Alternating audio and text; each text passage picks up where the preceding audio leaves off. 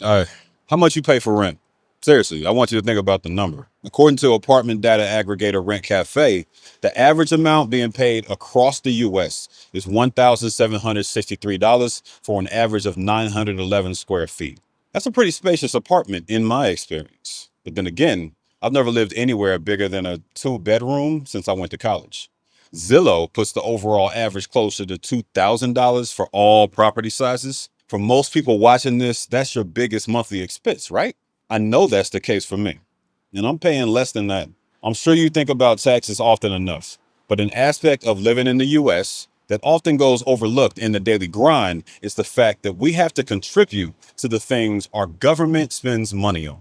Unfortunately, I gotta push back on rent being your biggest op. Deportations are wildly expensive. That's always been the case, regardless of the political party controlling Congress or the White House.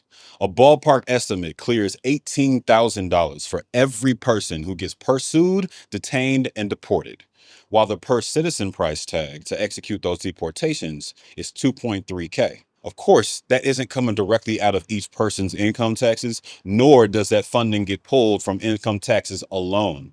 But I think it's fair to say that's where most of it comes from. If that sounds unsustainable to you, you'd be right. The cost of manual deportations is actively diverting crucial funding from shit that matters, like the 12 million people whose Medicaid could be funded instead, or the 9.7 million people whose low cost public housing that money could facilitate. Right now, Republicans have almost $270 billion allocated towards deporting our neighbors, friends, and colleagues who pay taxes and contribute to the economy. Meanwhile, 118 million people, a population the size of 4 to 5 states, could have SNAP fully funded through 2028 if they actually use public funds to benefit the public. Let's talk about who's being deported. Since I can hear the random weirdos in my comments before I release videos at this point, Gordon Lafer, a professor at the University of Oregon's Labor Education and Research Center and research associate at EPI, said most undocumented people lack criminal records. This is relevant because Trump claimed he was deporting millions of illegal aliens with criminal records. This, like many other things he said, is a lie. Less than 1% of immigrants deported last fiscal year were kicked out of the U.S. for crimes other than immigration violations. The DHS spokesperson did something absolutely nobody could have told you they'd do in response to Axios asking them for comment about the cost of deportations. They blame Biden, saying he ignored the costs of illegal immigration and defended the Trump administration by bringing up their self-deportation program. I actually didn't know about this. It offers a free flight and $2,600 stipend to people who elect to remove themselves from the country. This would make sense if they expected the Black, Arab, and Latino green card holders they've been attacking to revoke their own citizenship. Because that's the only way the math would work to make the program a real cost saver. No matter what angle you look at this from, ICE is a drain on all of our resources and doesn't need the additional funding Republicans in Congress continue to throw at them via legislation like the One Big Ugly Ass Bill Act. Hit it here. Notice I have yet to appeal to your emotions. I've done it before. Immigrants of all colors and creeds are our friends and fellow human beings, and they deserve due process at the very least. That isn't what's happening right now. People are being secretly transported in vans to detention facilities with inhuman conditions. Commercial airlines like Delta are being used to fly people out of the country without the airline's knowledge.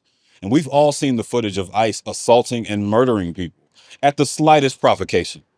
Hundreds of thousands of people are being sent to countries they've never lived in, occasionally directly into unsafe environments with no resources to help rebuild the life they had here.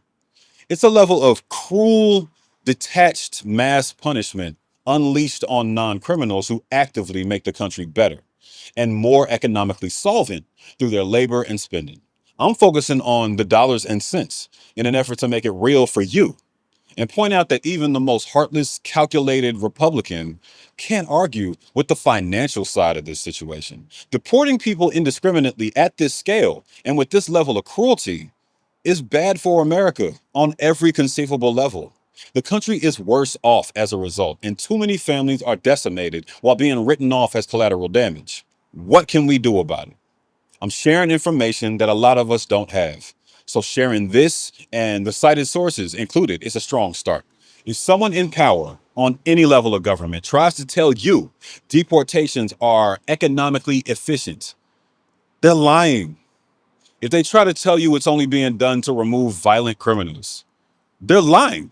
If they express some of the racist and violent sentiments expressed by many Trump administration officials, they're showing you who they are. Believe them the first time and do everything in your power to make sure your political action points towards a government that thinks about the impact before they act. We all deserve better than whatever the hell this is. The real cost of xenophobic nationalist policies is approximately $2,400 of your tax money. Where would you want that to go instead? The choice is always yours. Proud to the people.